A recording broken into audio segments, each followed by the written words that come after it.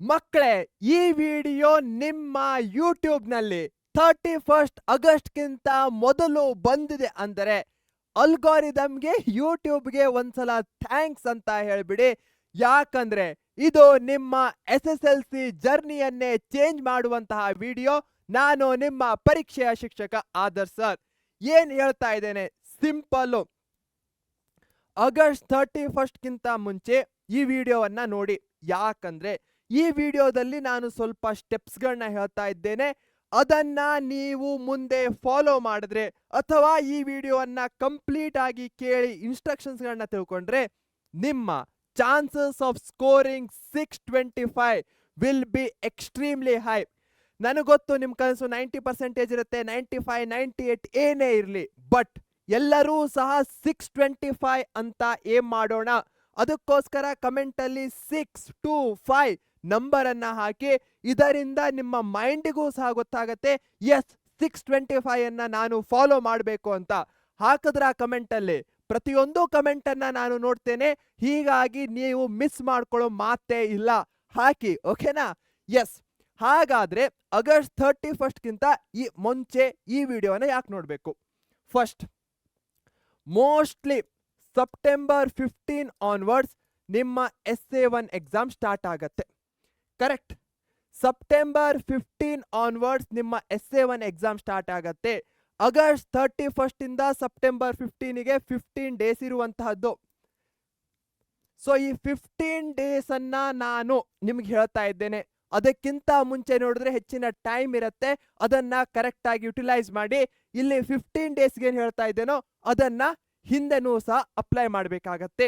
ಅದಕ್ಕೋಸ್ಕರ ಆಗಸ್ಟ್ 31 ನಮ್ಮ ಡೆಡ್ಲೈನ್ ಆಯ್ತು. ಇದು ಅಂಡರ್ಸ್ಟ್ಯಾಂಡ್ ಆಗಿದ್ರೆ ವಿಡಿಯೋವನ್ನ ಲೈಕ್ ಮಾಡಿ. ಅದರಿಂದ ನನಗೂ ಸಹ ತಿಳಿಯುತ್ತೆ, yes you are with me ಅಂತ. ನೆಕ್ಸ್ಟ್ 15 ಡೇಸ್ ಆಯ್ತು. ಈ 15 ಡೇಸ್ಗಿಂತ ಮುಂಚೆ ನೋಡ್ತಾ ಇದ್ರೆ well done, great job. So ಈ 15 ಡೇಸಲ್ಲಿ ಏನು ಮಾಡಬೇಕು? SA1 ನಲ್ಲಿ ಬಹಳಷ್ಟು ಮಕ್ಕಳು ಲಾಸ್ಟ್ 3 ವರ್ಷದಿಂದ ನಮ್ಮ ಪರೀಕ್ಷೆಯಲ್ಲಿ SA1 ಮಿಡ್ ಟರ್ಮ್ ಎಕ್ಸಾಮ್ ಆದ್ಮೇಲೆ ಮಕ್ಕಳು ಹೇಳೋದು ಒಂದೇ, ಏನು ಸರ್, ರಿಗ್ರೆಟ್, ಪಶ್ಚಾತ್ತಾಪ. ಯಾಕಂದ್ರೆ ಮಿಡ್ ಟರ್ಮ್ ಎಕ್ಸಾಮ್ ಅಲ್ಲಿ ಒಳ್ಳೆ ಮಾರ್ಕ್ಸ್ ಬಂದಿರಲ್ಲ. ಆವಾಗ ಅವ್ರಿಗೆ ಗೊತ್ತಾಗತ್ತೆ ನಾನು ಹೆಚ್ಚಿನ ಎಫರ್ಟ್ಸ್ಗಳನ್ನ ಹಾಕಬೇಕಾಗತ್ತೆ ಅಂತ. ಆವಾಗ ಪ್ರೆಷರ್ ಬರುತ್ತೆ, ಮನೆಯಿಂದ, ಟೀಚರ್ಸು, ಫ್ರೆಂಡ್ಸು, ಎಲ್ಲಾ ಕಡೆಯಿಂದ ಒಂದೇ ಸಲ ಪ್ರೆಷರ್ ಬರುತ್ತೆ. ಹಾಗೆ ಕಣ್ಮುಚ್ಚಿ ಕಣ್ ತೆಗೆಯೋದ್ರಲ್ಲಿ ನಿಮ್ಮ ಪ್ರಿಪರೇಟರಿ ಎಕ್ಸಾಮ್ಸ್ಗಳು ಬಂದ್ಬಿಡತ್ತೆ. ಅದಕ್ಕೋಸ್ಕರ ಈ 15 ದಿವಸಗಳಿರ್ಬೋದು ಅಥವಾ 20 ದಿವಸಗಳೇನಿವೆ ಅಲ್ಲ, ಅದು ನಿಮ್ಮ SSLC ಜರ್ನಿಯನ್ನೇ ಚೇಂಜ್ ಮಾಡತ್ತೆ. ನಿಮ್ಮ ಏಪ್ರಿಲ್ನಿಂದನೇ ಹಿಡ್ಕೊಳ್ಳೋಣ. ಏಪ್ರಿಲ್ನಿಂದ ನೆಕ್ಸ್ಟ್ ಏಪ್ರಿಲ್ ಎಕ್ಸಾಮ್ ಮುಗಿಯೋ ತನಕ ಈ ಒಂದು ಜರ್ನಿಯಲ್ಲಿ ಯಾವುದಾದರೂ 15 ದಿವಸ ಎಕ್ಸ್ಟ್ರೀಮ್ಲಿ ಇಂಪಾರ್ಟೆಂಟ್ ಇದೆ ಅಂದ್ರೆ ಅದು ಈ 15 ದಿವಸ ಆಗಿರುತ್ತೆ. ಯಾಕಂದ್ರೆ ಈ ಬೋರ್ಡಿನ ಮಧ್ಯವಾರ್ಷಿಕ ಅಥವಾ ಅರ್ಧವಾರ್ಷಿಕ ಪೇಪರು ನಿಮ್ಮ ಕಾನ್ಫಿಡೆನ್ಸು, ನಿಮ್ಮ ಮೊರಾಲು ಅಥವಾ ನಿಮ್ಮ ಪ್ರಿಪರೇಷನ್ ಮೇಲೆ ದೊಡ್ಡ ಇಂಪ್ಯಾಕ್ಟ್ ಅನ್ನ ಹಾಕುತ್ತೆ. ಅದಕ್ಕೋಸ್ಕರ ಈ 15 ಡೇಸು ಎಕ್ಸ್ಟ್ರೀಮ್ಲಿ ಇಂಪಾರ್ಟೆಂಟು. ಹಾಗಾದ್ರೆ ಏನ್ ಮಾಡಬೇಕು 15 ಡೇಸ್ ಅಲ್ಲಿ?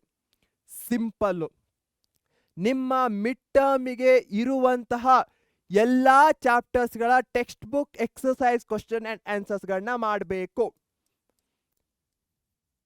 ಈ ಚಾಪ್ಟರ್ಸ್ಗಳು ಬಹಳಷ್ಟು ಇಂಪಾರ್ಟೆಂಟ್ ಆಗಿರುತ್ತೆ. ಸ್ಟಾರ್ಟಿಂಗ್ ಇಂದ ಓದ್ತಾ ಇರ್ತೀರ ಅಥವಾ ಮಿಸ್ ಮಾಡಿರ್ತಾರೆ, ಏನೇ ಇರಲಿ, ಫಸ್ಟ್ ಕೆಲಸ ಏನಾಗತ್ತೆ, ಟೆಕ್ಸ್ಟ್ ಬುಕ್ಕಿನ ಕ್ವಶನ್ ಅಂಡ್ ಆನ್ಸರ್ಸ್ ಅಂದರೆ ಅಭ್ಯಾಸ ಭಾಗ ಎಕ್ಸರ್ಸೈಸ್ ಅನ್ನ ಮಾಡೋದು.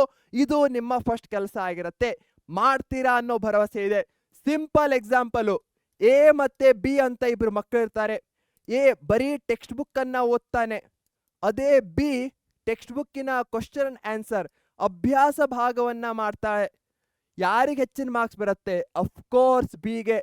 A ಫಾರ್ ಎಕ್ಸಾಂಪಲ್ 4 ಅವರ್ ಓದಿರ್ಬೋದು, ಬಟ್ ಈ ಮಗು 3 ಅವರ್ಸ್ ಓದಿ ಟೆಕ್ಸ್ಟ್ ಬುಕ್ ಅನ್ನ ಗೋ ಥ್ರೂ ಮಾಡಿ ಎಕ್ಸರ್ಸೈಸ್ ಕ್ವಶನ್ಸ್ಗಳನ್ನ ಮಾಡಿದೆ. ಅದಕ್ಕೋಸ್ಕರ ಹೆಚ್ಚಿನ ಮಾರ್ಕ್ಸ್ ಅನ್ನ ಬಂದಿದೆ. ಹಾಗೆಯೇ ನಿಮ್ಮ ಫೈನಲ್ ಪೇಪರ್ ಇರ್ಬೋದು, ಯಾವುದೇ ಪೇಪರ್ನ 70 to 75% ಕ್ವಶನ್ಸ್ಗಳು ಟೆಕ್ಸ್ಟ್ ಬುಕ್ಕಿನ ಅಭ್ಯಾಸ ಭಾಗ ಎಕ್ಸರ್ಸೈಸ್ ಇಂದಲೇ ಬರುತ್ತೆ. ಹೀಗಾಗಿ ಅದನ್ನ ಮಿಸ್ ಮಾಡ್ಲಿಕ್ಕೆ ಹೋಗಬೇಡಿ. ಓಕೆ, ನೆಕ್ಸ್ಟ್, ಸರ್ ನನಗೆ ಒಂದು 4-5 ಚಾಪ್ಟರ್ಸ್ಗಳು ಡಿಫಿಕಲ್ಟ್ ಆಗ್ತಾ ಇವೆ, ಟೆಕ್ಸ್ಟ್ ಬುಕ್ಕಿನ ಕ್ವಶನ್ ಆನ್ಸರ್ಸ್ಗಳು ಮಾಡ್ಲಿಕ್ಕೆ ಆಗ್ತಾ ಇಲ್ಲ. ಹಾಗಾದ್ರೆ PYQsಗಳನ್ನ ಮಾಡಿ.